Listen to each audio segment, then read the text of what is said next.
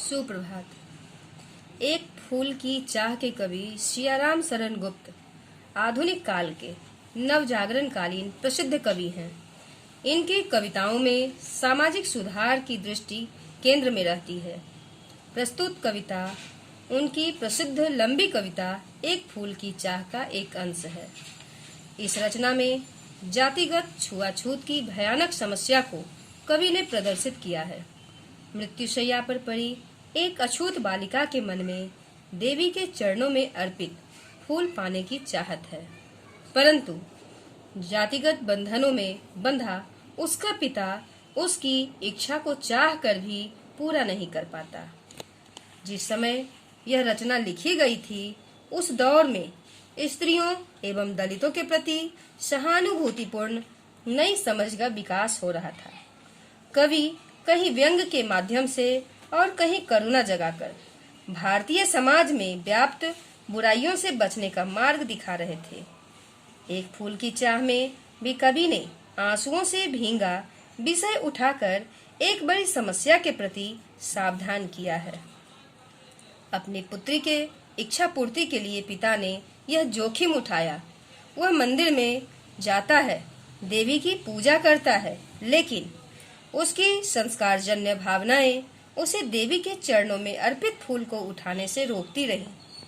किसी तरीके से वह फूल उठा तो लेता है, लेकिन जैसे ही वह फूल लेकर वापस जाने लगता है, लोग उस पर हमला कर देते हैं। इतना ही नहीं, उसे इस कार्य के लिए 7 दिन की सजा भी होती है। काव्यांश इस प्रकार है। उद्वेलित कर असुर राशियां, हृदय चिताएं धधकाकर, महामारी प्रचंड हो फैल रही थी इधर उधर।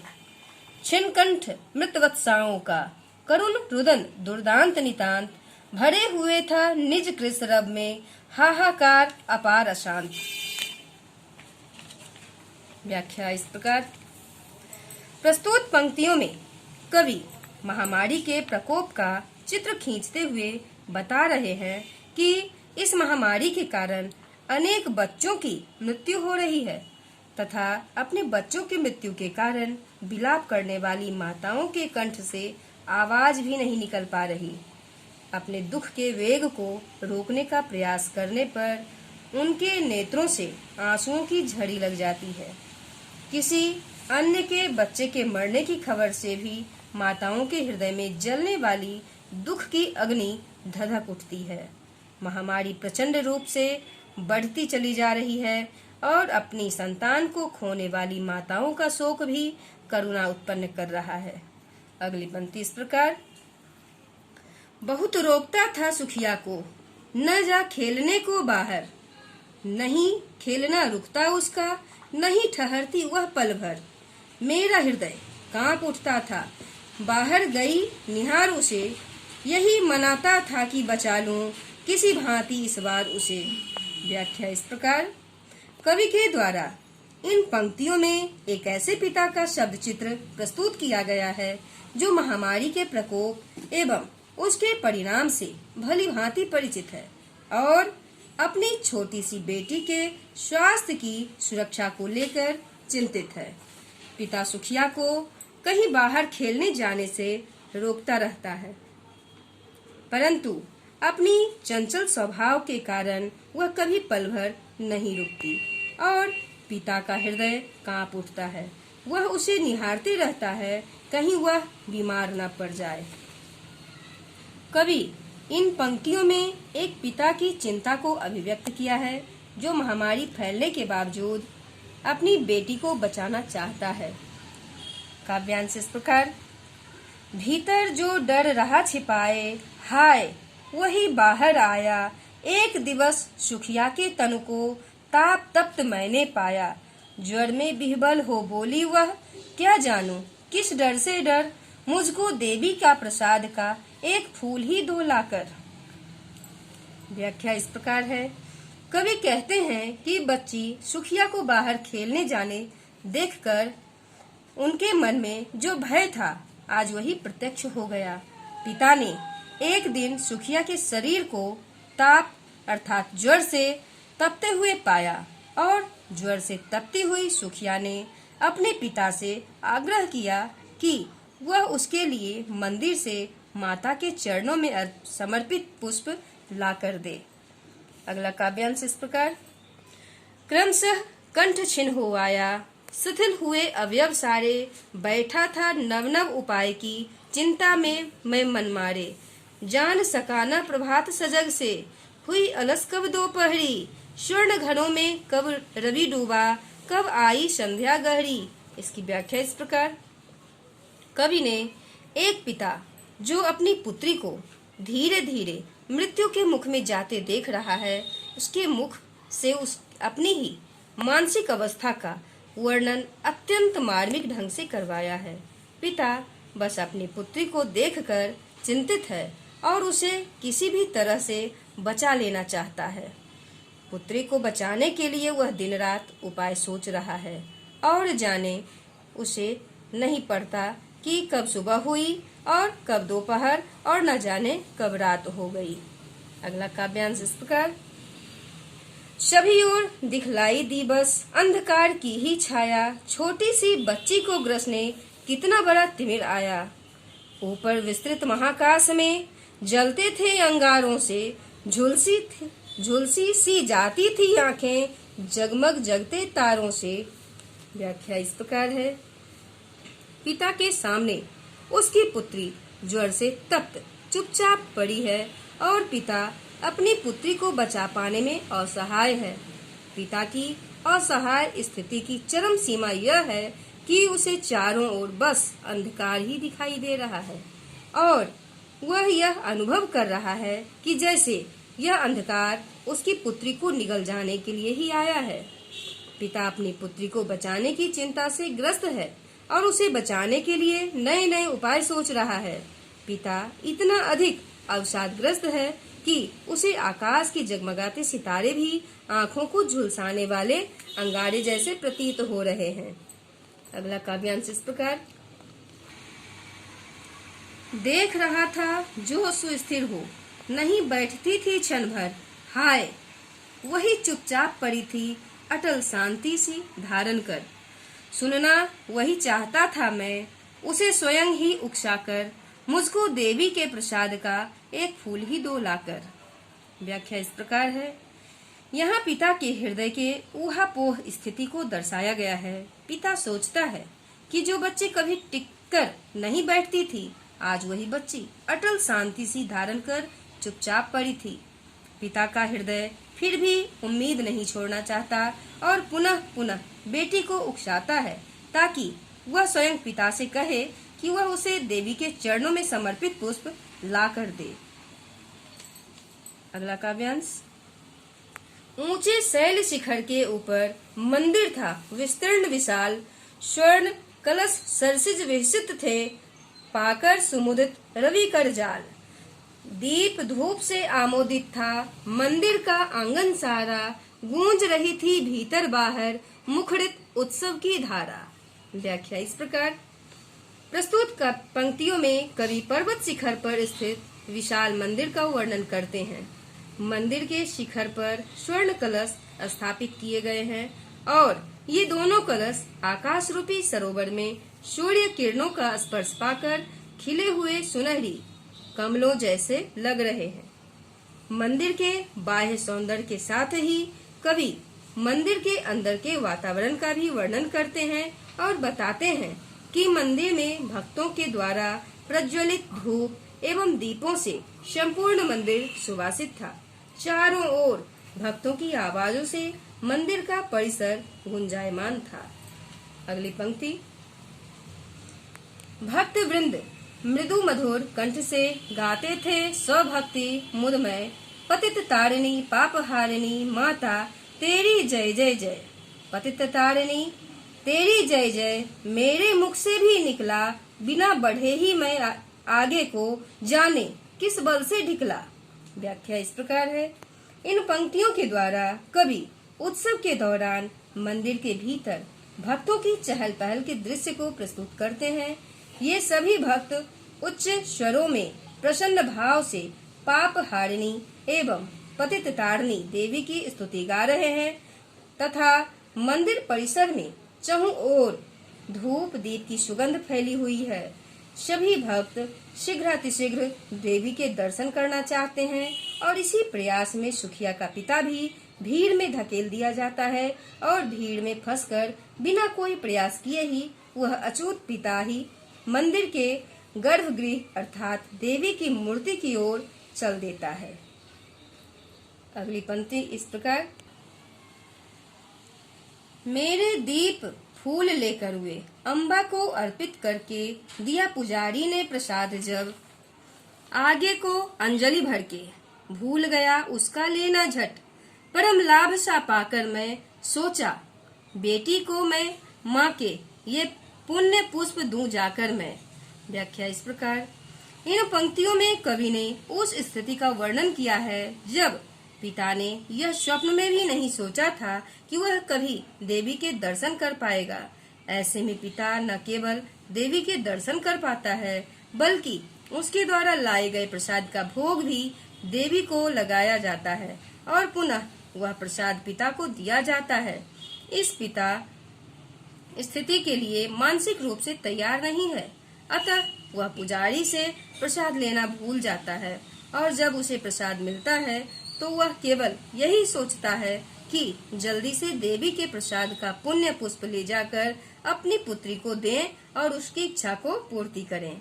अगली पंक्ति इस प्रकार, सिंह पौर तक भी आंगन से नहीं पहुँचने मैं पाया, सहसा यह सुन पड़ा कि कैसे यह अछूत भीतर आया, पकड़ो देखो भाग न जावे, बना धूर्त यह है कैसा, साफ स्वच्छ परिधान किए है भले मानुषों के जैसा।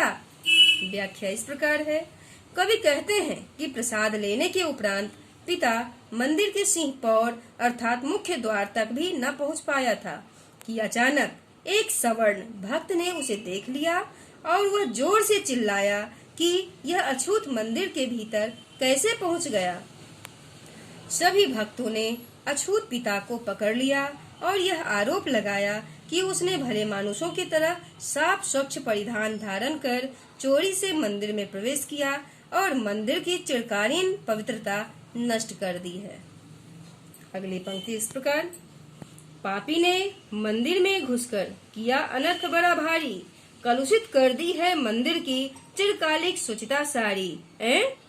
क्या मेरा कलुष भरा है, देवी की गरिमा से भी किसी बात में हूँ मैं आगे, माता की महिमा के भी। व्याख्या इस प्रकार, सुखिया के पिता को श्रवण भक्तों के द्वारा पकड़कर मारा पीटा जाता है। इन भक्तों का आरोप है कि एक अछूत ने मंदिर में प्रवेश करके चिरकाल से चली आ रही मंदिर की पवित्रता को नष्ट कर दिया है। भक्तों के इस आरोप को सुनकर पिता आश्चर्यचकित हो जाता है और समझ नहीं पाता कि क्या वास्तव में माता की गरिमा से भी उसका अछूत होने का कलुष बड़ा है। क्या वह माता की महिमा से भी आगे निकल चुका है। क्या माता की महिमा उसके अस्पृश्य होने के दोष का अंत नहीं कर सकती। अगली पंक्ति इस प्रकार,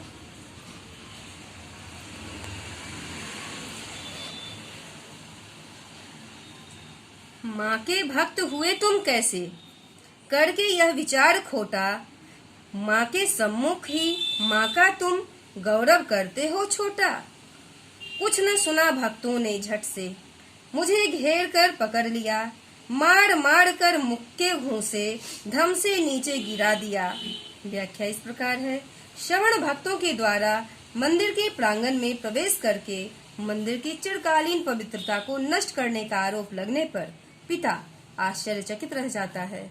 वह आश्चर्यचकित है उन भक्तों की भक्ति पर जो माता की स्तुति करते हुए उसे पतित तारिणी एवं पापहारिणी कहते हैं, परंतु ऐसी महान देवी के सम्मुख एक अछूत के आ जाने पर वे देवी के मंदिर की पवित्रता को नष्ट मान लेते हैं और इस घटना को अनर्थ की संज्ञा दे देते हैं।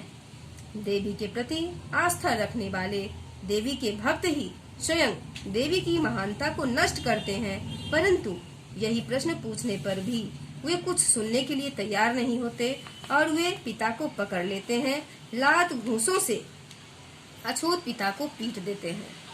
अगली पंक्ति इस प्रकार है। मेरे हाथों से प्रसाद भी बिखर गया हा, सबका सब, हाय अभागी बेटी तुझ तक कैसे पहुंच सके यह अब। न्यायालय ले गए मुझे वे, 7 दिवस का दंड विधान, मुझको हुआ था मुझसे देवी का महान अपमान। व्याख्या इस प्रकार है। देवी अर्चना के उपरांत हाथों में मां के प्रसाद का पुष्प लेकर मंदिर से बाहर निकल रहे पिता को श्रवण भक्तों ने पहचान लिया और उसे खूब मारा पीटा। पीटने के बावजूद भी पिता का संपूर्ण ध्यान अपनी बीमार बच्ची पर है और वह प्रसाद के गिर जाने और अपनी बच्ची के पास न पहुंचा पाने के कारण बहुत दुखी है और पश्चाताप कर रहा है। इस संपूर्ण घटनाक्रम के बाद भी पिता को पकड़कर न्यायालय ले जाया जाता है और देवी का महान अपमान करने के अपराध में उसे 7 दिन के कारावास का दंड दिया जाता है। अगली पंक्ति इस प्रकार है। मैंने स्वीकृत किया दंड, वह शीश झुकाकर चुप ही रहा। उस असीम अभियोग दोष का क्या उत्तर देता क्या कह। 7 रोज ही रहा जेल में, या कि वहाँ सदियां बीती और विश्रांत वर्षा करके भी आंखें तनिक नहीं रीती। व्याख्या इस प्रकार। सुखिया के पिता पर देवी के मंदिर की पवित्रता नष्ट करने का आरोप लगाया गया और उसने इस आरोप को सिर झुकाकर चुपचाप स्वीकार कर लिया। पिता को 7 दिन के कारावास की सजा सुनाई गई, जिसका उसने कोई प्रतिरोध नहीं किया। पिता के ऊपर लगाया गया अभियोग असीम था, अर्थात उसके अपराध की कोई सीमा ही न थी। इसलिए उसने अपने बचाव में कोई तर्क नहीं दिया और चुपचाप दंड को स्वीकार कर लिया। जेल में सजा की अवधि के दौरान पिता की अवस्था बताते हुए कवि कहते हैं कि वह वहाँ 7 रोज ही रहा, परंतु ऐसा लगा कि वह 7 रोज की अवधि 7 सदियों जितनी लंबी हो गई। इस अवधि में अपनी बीमार बेटी को याद करके पिता की आंखें लगातार बरस रही थीं, परंतु एक पल को भी पिता की आंखों में जल अर्थात आंसू बहना रुका नहीं। कवि बताना चाहते हैं कि निरंतर बरसने के बाद भी आंखों में आंसुओं की कमी नहीं हुई। कारावास की अवधि के 7 दिन पिता ने बड़े कष्ट में काटे। अगली पंक्ति इस प्रकार। दंड भोग कर जब मैं छुटा, पैर न उठते थे घर को, पीछे ठेल रहा था कोई, भय जर्जर तनु पंजर को। पहले किसी लेने मुझको, नहीं दौड़ कर आई वह, उलझी हुई खेल में ही हा, अब की दीना दिखाई वह। व्याख्या इस प्रकार। सुखिया के पिता को न्यायालय से 7 दिन का दंड दिया गया। जेल की अवधि समाप्त होने के उपरांत पिता अपनी बीमार बेटी को देखने घर की ओर चल पड़ा, परंतु अनिष्ट की आशंका से भयभीत पिता के पांव घर की ओर उठते ही न थे। ऐसा लग रहा था कि जैसे कोई अनिष्ट की आशंका से भयभीत शरीर को पीछे की ओर ढकेल रहा था। पिता का हृदय अपनी बेटी की ओर से आशंकित है और अपने कांपते हृदय को दिलासा देने के लिए वह स्वयं ही प्रश्न करता है और स्वयं ही उत्तर देता है। वह सोचता है कि हर बार पिता को लेने के लिए आने वाली बेटी इस बार क्यों नहीं आई। फिर वह स्वयं ही अपने आप को वह दिलासा देता हुआ उत्तर देता है कि शायद वह खेल में लगी होगी। इस उत्तर के उपरांत पिता की चिंतित दृष्टि बेटी को चहुं ओर खोजने लगती है और उसे चारों ओर न पाकर निराश हो जाता है। अगली पंक्ति इस प्रकार है। देखो उसे देखने मरघट को ही गया दौड़ता हुआ वहाँ, मेरे परिचित बंधु प्रथम ही फूंक चुके थे उसे जहाँ। बुझी पड़ी थी चिता वहाँ पर, छाती धधक उठी मेरी, हाय फूल सी कोमल बच्ची हुई राख की थी ढेरी। व्याख्या इस प्रकार है। पिता के जेल से छूटने पर उसे पता चलता है कि उसके कारावास की अवधि में ही बेटी की मृत्यु हो गई थी और उसके परिचित बंधु बांधव पिता के आने से पहले ही उसे फूंक चुके थे, अर्थात उसका अंतिम संस्कार कर चुके थे। पिता दौड़ता हुआ मरघट अर्थात शमशान घाट पहुंचा। जहां उसने अपनी बच्ची को राख की ढेरी के रूप में पाया। पिता की चिता, बेटी को चिता तो बुझ चुकी थी, परंतु पिता की छाती में दुख की चिता धधक उठी। पिता ने अपनी फूल सी कोमल बच्ची को राख की ढेरी के रूप में पाया। अगली पंक्ति इस प्रकार है। अंतिम बार गोद में बेटी तुझको ले न सका मैं हा, एक फूल माँ का प्रसाद भी तुझको दे न सका मैं हा। इसकी व्याख्या इस प्रकार। कविता के अंतिम 4 पंक्तियों में पिता के हृदय की पीड़ा, उसके शोक, उसके पश्चाताप को अभिव्यक्त कर दी गई है। पिता को अफसोस है कि वह अंतिम बार अपनी बेटी को गोद में न ले सका और अपनी बेटी की अंतिम कामना को भी वह पूरी न कर सका। इस प्रकार एक ही ईश्वर की संतानों के बीच यदि ऊंच नीच और अस्पृश्यता जैसी दीवारें खड़ी हैं, तो यह स्थिति अत्यंत भयानक है। हम वसुधैव कुटुंबकम की बात करते हैं, जबकि सच्चाई यह है कि हम एक घर में ही ऊंच नीच की, गैर बराबरी की बातें करते हैं।